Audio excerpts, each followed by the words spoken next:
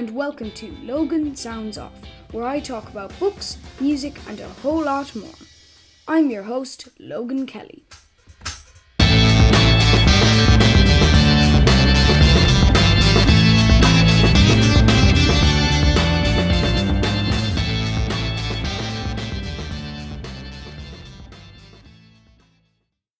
So welcome to Logan Sounds Off, and for those who don't know you, Steven, could you tell us a little bit about yourself?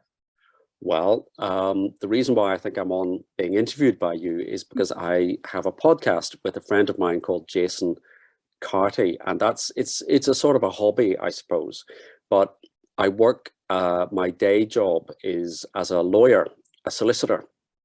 Oh. And I work in Belfast. And Jason, who does the podcast with me, he lives in Dublin and he's a doctor.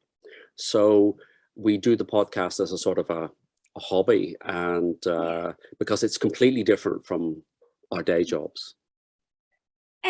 So with your podcast, it's all about the Beatles. Yes. So I believe you discovered the Beatles when you were like 8 or 9 or something.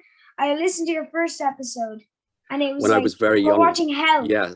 And I remember it was just like the man running along on the street with the knife.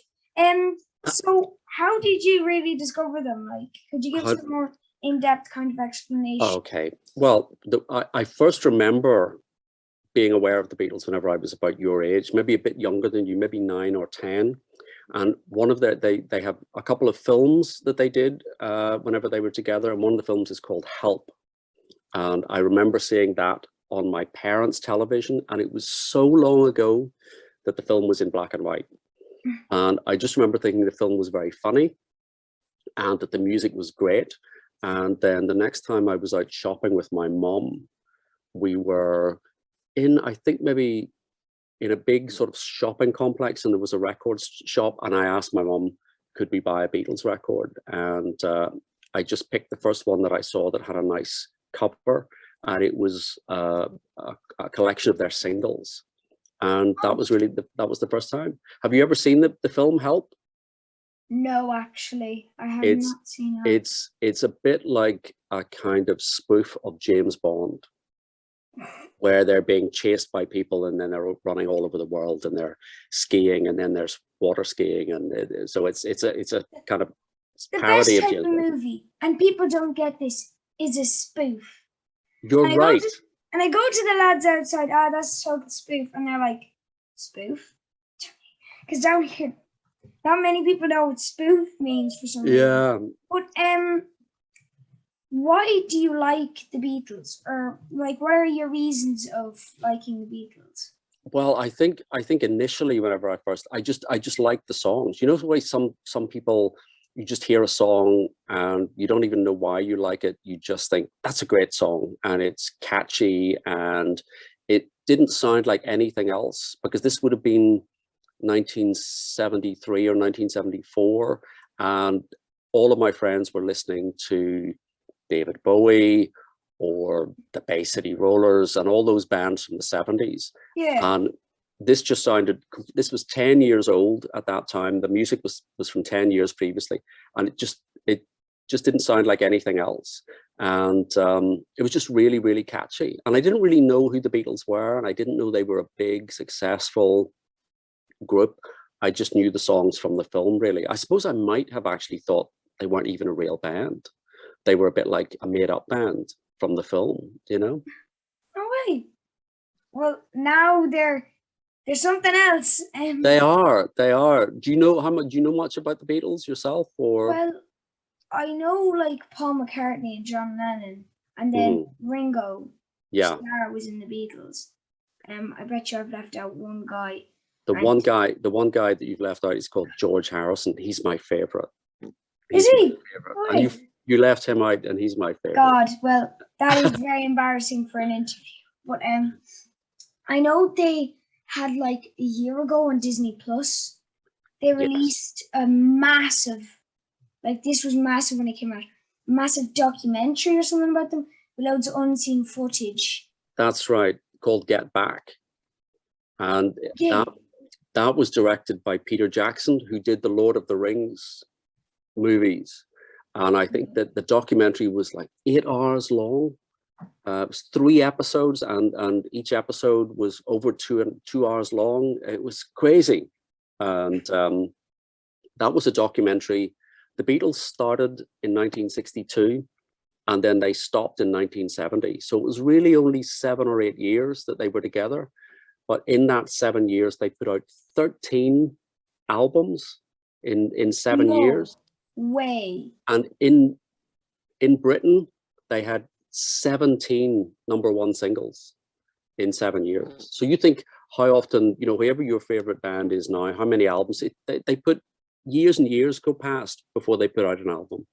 Yeah, like, I know, I'm going to give an example here.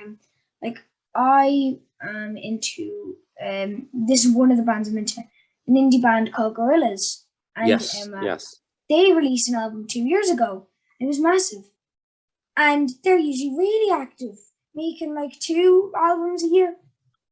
2 years later, I'm still standing here tapping my foot waiting for them. You see, in 2 years, the Beatles would have put out 4 albums, and they also put out singles, and the singles weren't usually on the albums. They were songs that they didn't put on albums. They put out. So so they just put out so much stuff in the 60s. It's very different now, where bands take a long time to put out records. Yeah, usually it really annoys me whenever they just dish out singles for the hype, and I'm just like, release the album, please. Yes, exactly. And sometimes the Beatles put out an album on a particular day, and the same day they would release a single, but the songs weren't on the album. So they were kind of like giving you extra stuff. Bonuses. Like a little bonus package with the album. Yeah. So why did you start a podcast for the Beatles?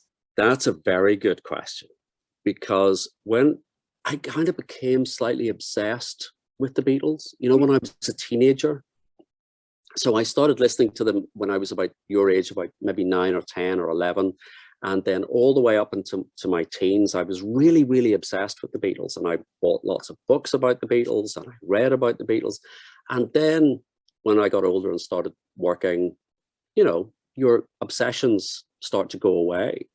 And then my friend in Dublin said, there's a quiz being held in Dublin, and it's a Beatles quiz. And I think you and I and 2 of our other friends should form a team and enter the quiz. So I thought, okay. So we entered the quiz, and we didn't do very well. We came, I think, maybe 5th. And that, and I was a bit thinking, I thought I knew about the Beatles. So the next year we entered the quiz again, and we came 3rd. And then the next year we entered the quiz, and our 2 friends, they got fed up and they said, we're not doing it this year. So it was just me and Jason, and we won the quiz. And we got a kind of nice trophy. And then the next year we entered it again, and we won the quiz 2 years in a row. If those 2 people are watching, yes, it kind of shows. But like, I know what you want to say. They were holding us back, Logan. I didn't want to say it, but you said it for me. I think they were holding us back. So was it like the quiz that made you kind of go, we should start a podcast? Or did that kind of like, was it one of your points that kind of, it was the kind of thing that encouraged you? Exactly. It encouraged us. And Jason said, we should do a podcast. The next thing, we won this prize, and we've won it a 2nd year. We should do a podcast. And Jason had a cousin called Ado, and he works in he does podcasts, and he's a producer. So we went and spoke to Ado, and he said, yes, I think that might be a good idea. And we agreed we would do 10 episodes, just 10. And we thought, well, maybe, my mom and dad will listen to it, and we have some friends that might listen to it, and my brother might listen to it, but probably my brother wouldn't listen to it. And we thought, well, this will be interesting, and we'll just do 10 episodes. And we started the podcast, and people seemed to like it, and we got lots of emails and people on Twitter saying how much they liked it. And now I think somebody told me the other day we have 121 episodes. Wow. Just from So 10 episodes, you just went, and you know what? Let's just do it for the crack. It just kept building up loads of them. Exactly. It just kept going. And it was just, and we had, it's probably a bit like yourself. You have so much fun doing it. And you kind of like reading about it and putting the kind of little notes together for the episodes, and then, you know, editing it and putting it out. And then it's always very nice when you get tweets and emails and things from people saying, you know, oh, I really like that episode, or, Yeah. you know, that's really nice to get that. But because so many people know a lot about the Beatles, sometimes we get emails and tweets saying, no, that's not right, or you got that wrong. Oh, there's always that one person who's gonna nail you. Yeah, and you think, I always say, tell you what, if you didn't like it, we'll give you your money back, because it's free anyway. So, you know. I can only, like, their response must be so funny. If imagine actually someone came up to you and went, I was listening to your podcast, are you sure about that? And telling them that, I can only imagine their face. Yeah. And now talking about your podcast, one of the most important things you've done podcast was you done a live podcast episode in Dublin, I believe. We did. The Beatles, and what was that like now? That was very exciting. But that was back in 2019 with Jason, right? Yeah, I was very nervous. I think we were both very nervous because it was in a place called the Workman's Club, which is like a sort of a pub, but it's got a big room at the back. And we didn't really know what to expect. And whenever we arrived, there were sort of about 80 or 90 people.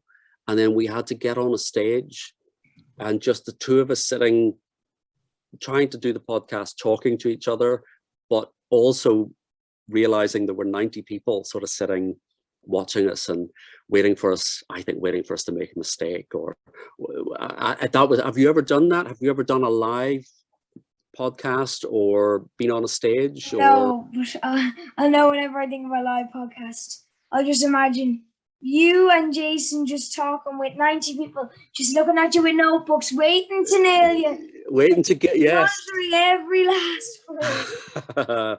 Absolutely. Well, do you, I see there are some guitars in the background. Do you play the guitar? You don't get up on stage and play the guitar, or? Oh, no. Or in school? Guitar a year ago, roughly a year ago. I started in September, actually, a year ago, and I loved it. But that doesn't mean I'm that good at it. But I love playing the guitar sometimes, but I've never played for anyone. So if Jason and I do another live podcast in Dublin this November, we've been asked if we would do one in November this year or maybe next year. So if we get asked to do that, I could ask you to come along and play some Beatles songs on the guitar beforehand. You could be like the warm-up act. Oh, God. I can only imagine that. Oh, geez. There's kind of two outcomes. One, it's great, or two, not so great. Ruined. No more listeners on the podcast. But I should ask you, how did you start your podcast? Because you've been doing your podcast, I think, longer than Jason and I have been doing a podcast. Were you 8 years old when you started doing your podcast? Well, let me think, actually. To be honest, I haven't changed, except I've got a bit taller. To be honest, that's all that's happened in the last year. Probably 3 years. I probably started very similar time to you guys. And sorry, no. I would have started just before you guys. You see, so you've been doing this even longer than us. So veteran. And what made you decide that you'd like to have a podcast? To be honest, I've never kind of described it in this way, but I was a John Creedon wannabe. I always loved listening to John Creedon, and I wanted to be on the radio.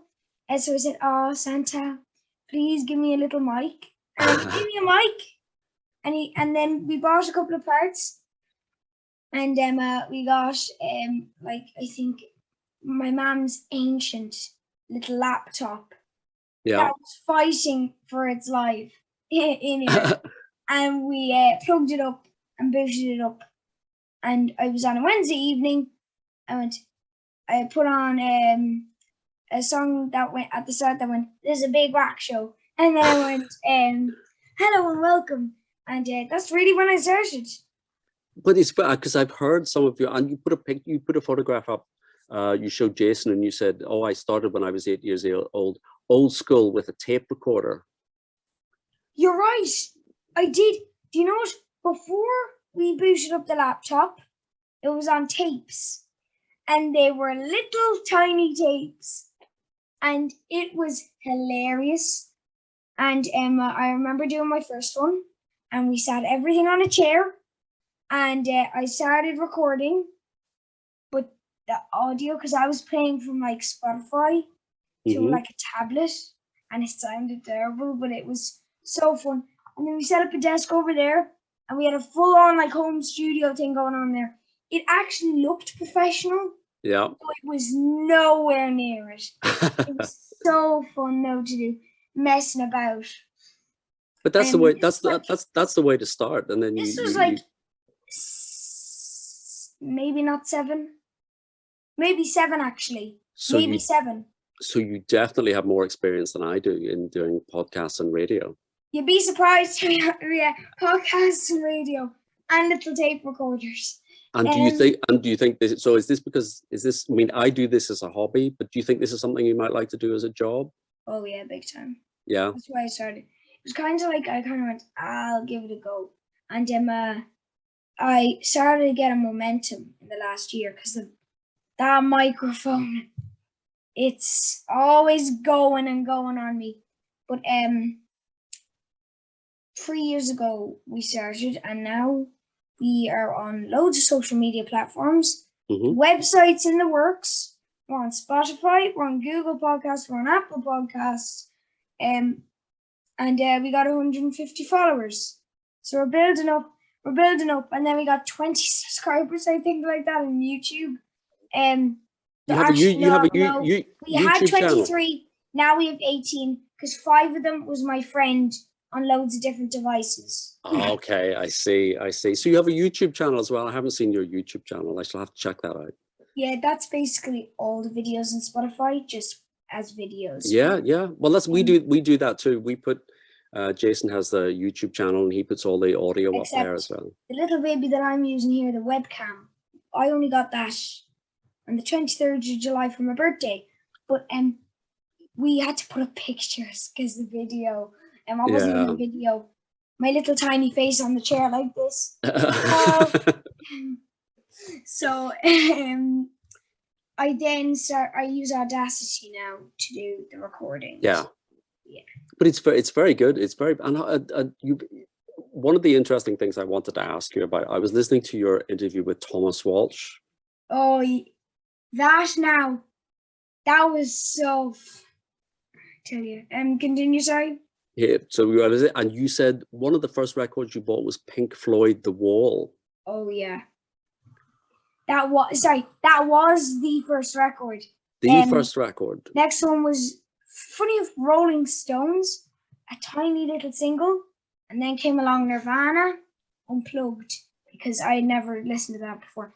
But what did you want to ask me about The Wall? I was gonna ask you, have you bought any other Pink Floyd records? You were Thomas was selling you Dark Side of the Moon, and I wondered, you said, well, sometimes when I go into the shop and I think I'm going to buy Dark Side of the Moon, but then I think there's something else I want instead. Or that still remains to this day as a very massive fact in my life. I do it all the time. I go, Dark Side of the Moon. Ooh, look at that. It drives me crazy. When I'm walking out going, damn it, Dark Side of the Moon. Walking out, it's actually hilarious. But no Pink Floyd, The Wall's the only one I had. And then I didn't know much Pink Floyd stuff.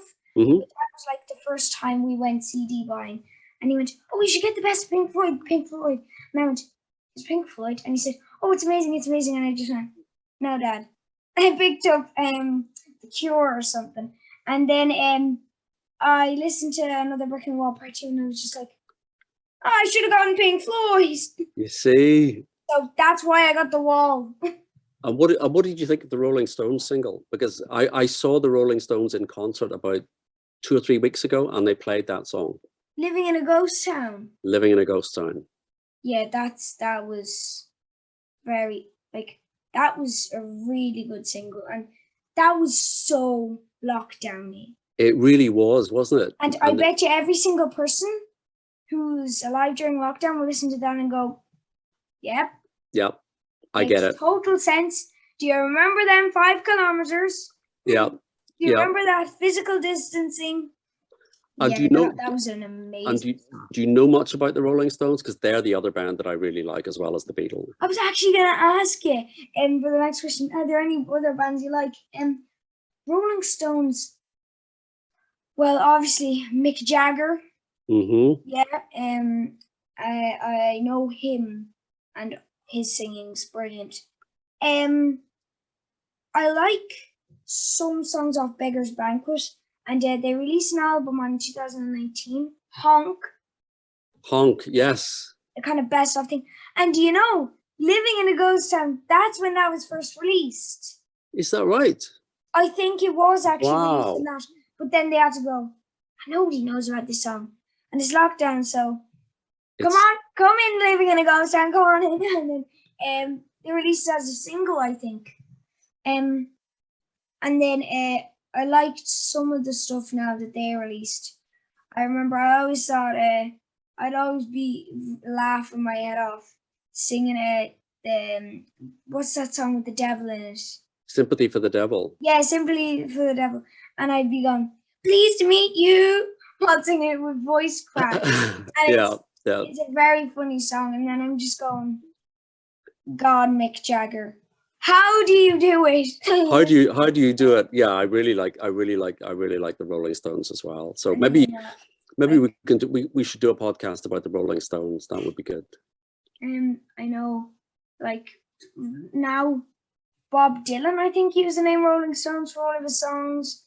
Like a Rolling Stone, so like the name Rolling Stone and the name Beatle and things like that are massive now.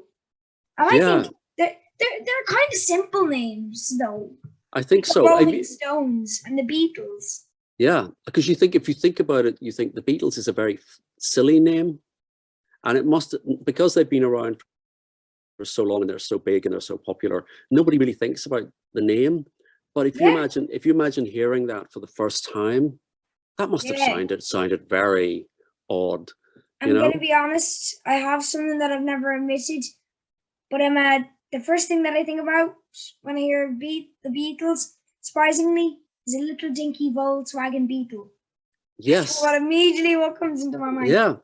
A little Volkswagen Beetle, or I think of the picture, let's say, of the insect beetle, or Rubber Soul.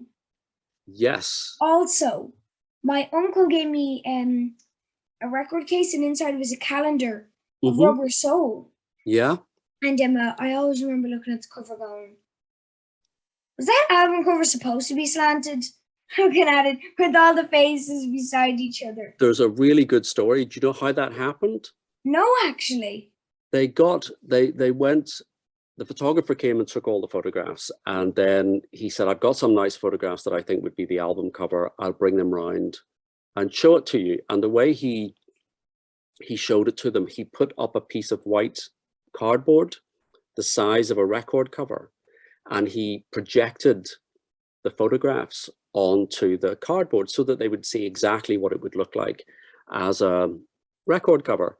And while he was doing this, the cardboard sort of bent and distorted the picture. And all the Beatles just went, that's a great effect. Let's have that. And he was like, no, it's all kind of stretched and weird. And I said, no, we really like that. So it was a complete accident that the cardboard slipped while they were looking at the photograph. This is why I love interviews. Weird conversations that make these interviews all the better. And then I also have the little Rubber Soul logo in the top. I just think Yeah, they got an artist to do that, to sort of draw the lettering, because it's a very peculiar style of lettering Yeah. in Rubber Soul.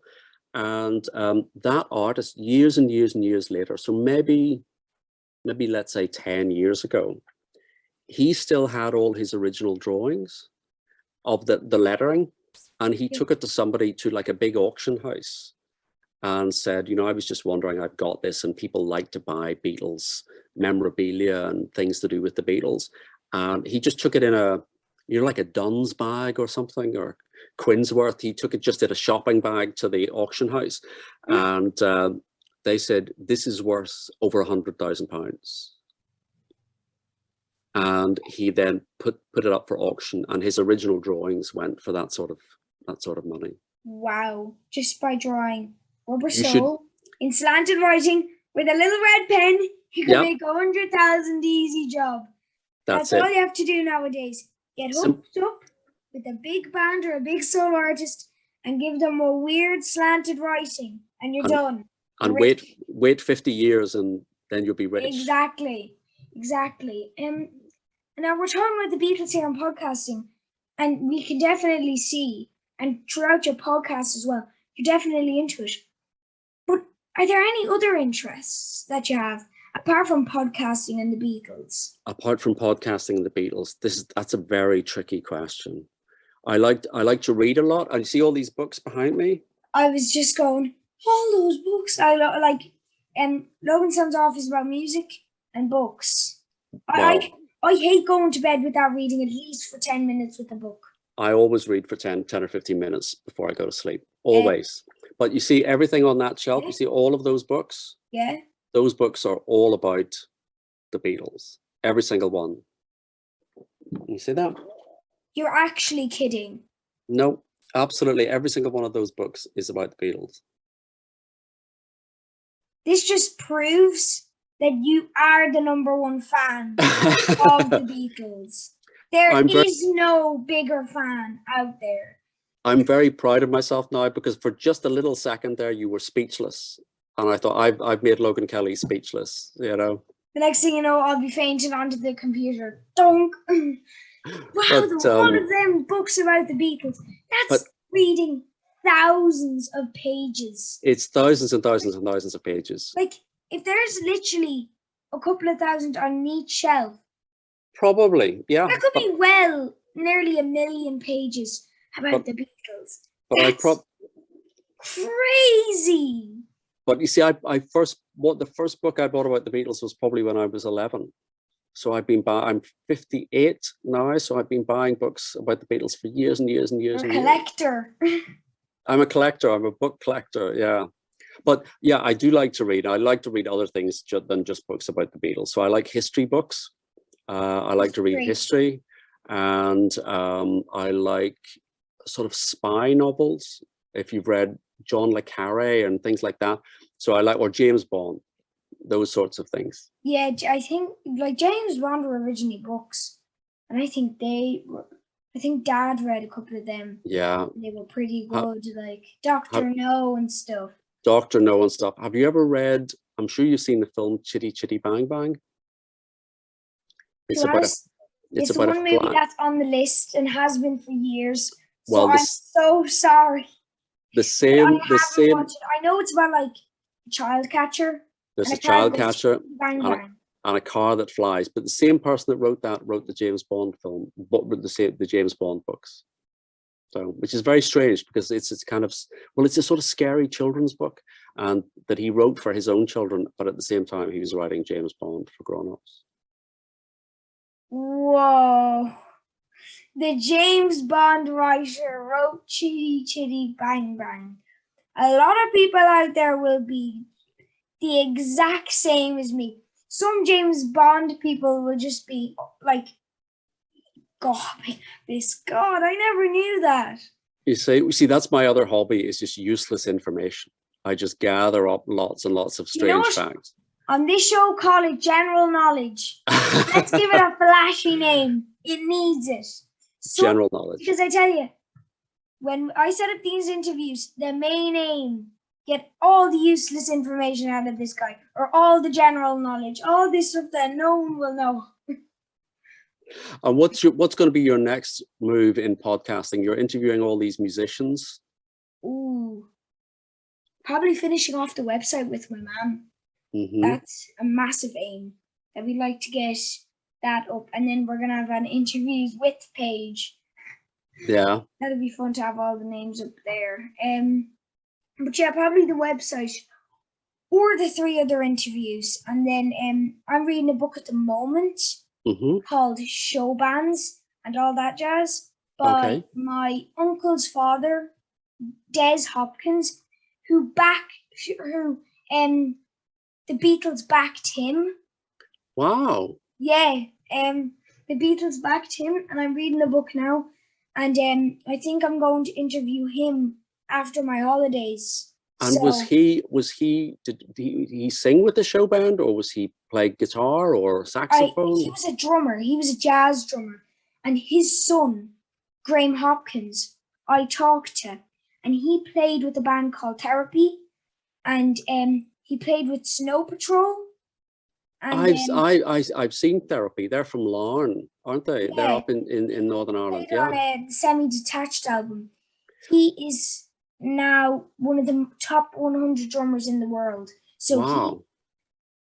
And the drumming community is very well known. And then I went up to the studio, and hearing him play the drums, I was just like, oh yeah. He's so funny. And then I'm interviewing him.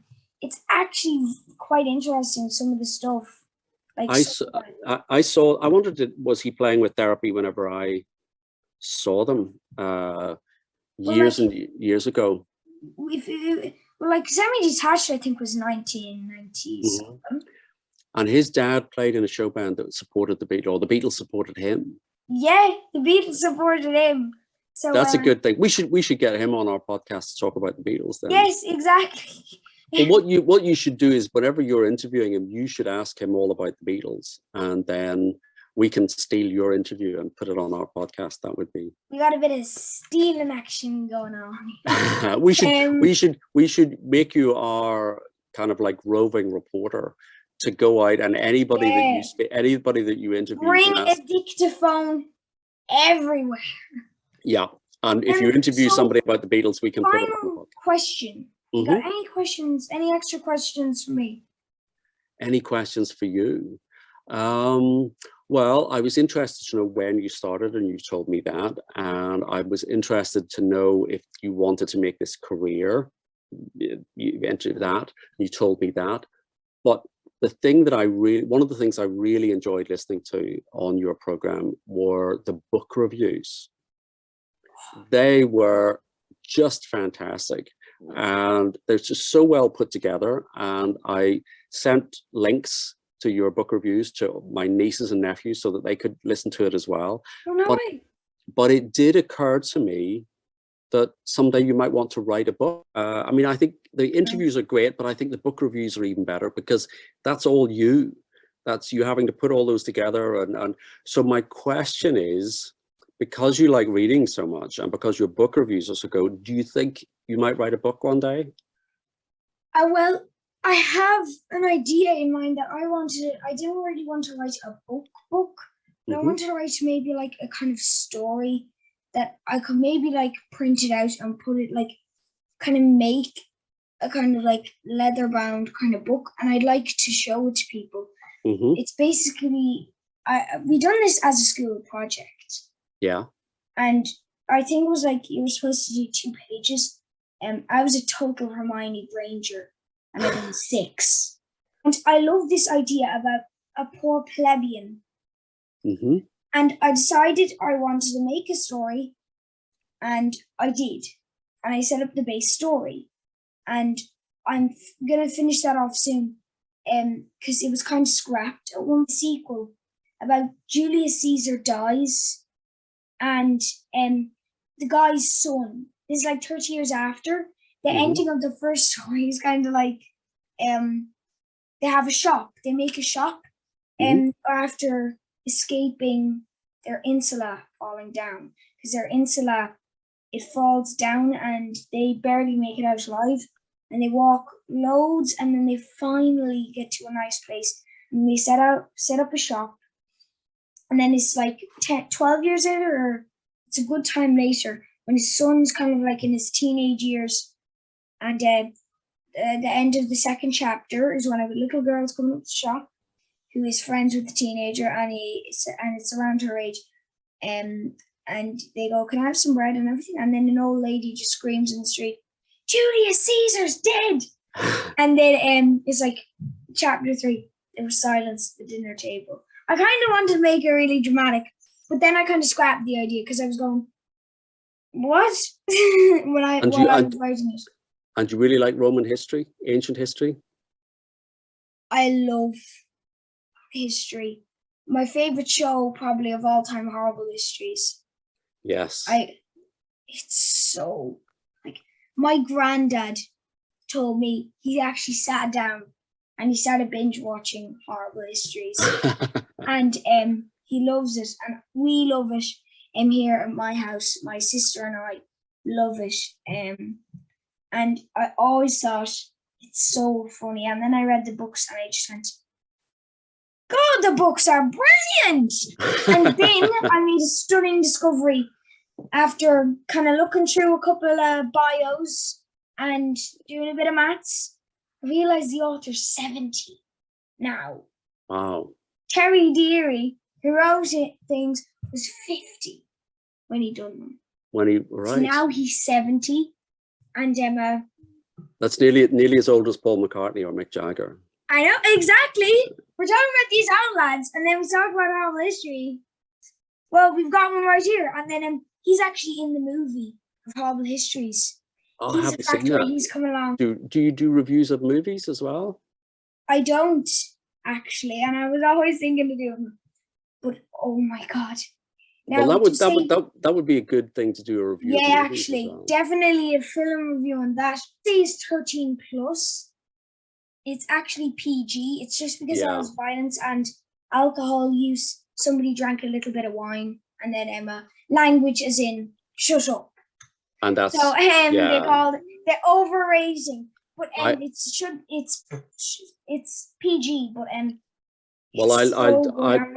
Rattus at the start with the toilet seat random and the 2 brushes, and he's going like the lion. It's just so it's one of those films that are so bad it's good. It's so bad it's good. You see, that was like a little review of the movie right there. So I think you could do movie reviews. Well, what I'll do, let's make a deal.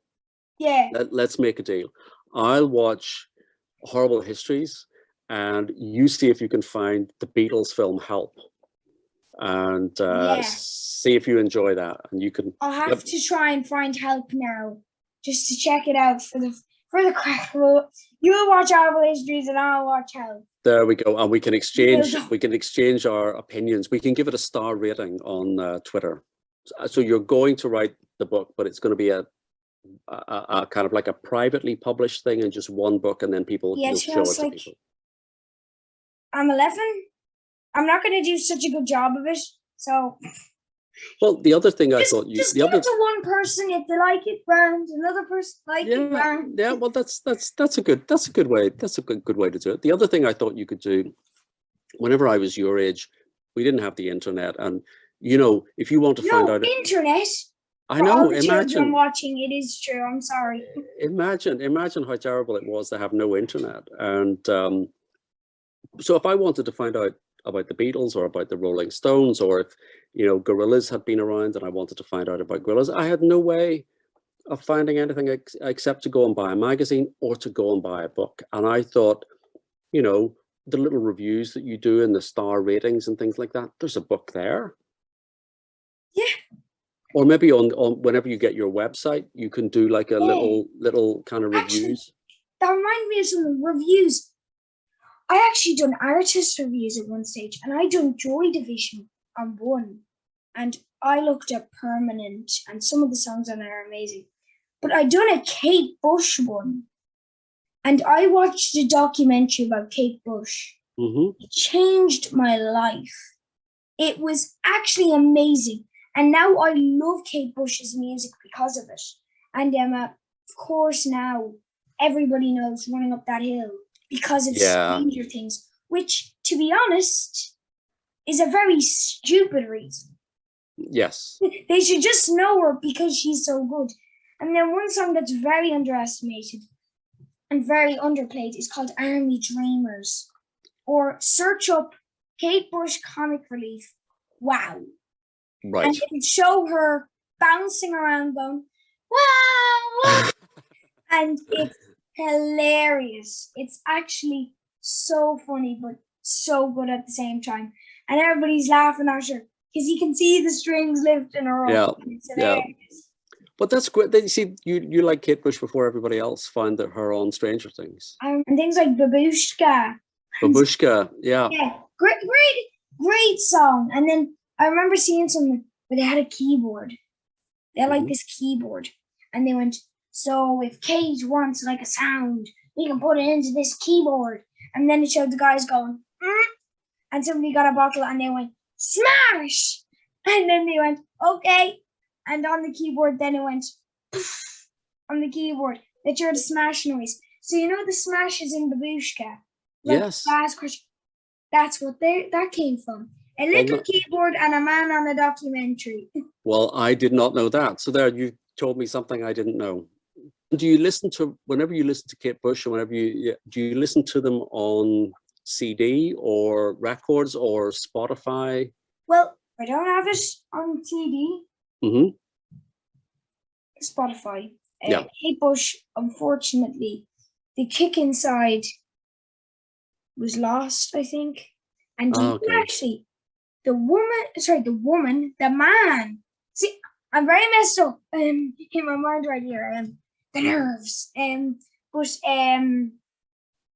the guy who was teaching her to dance,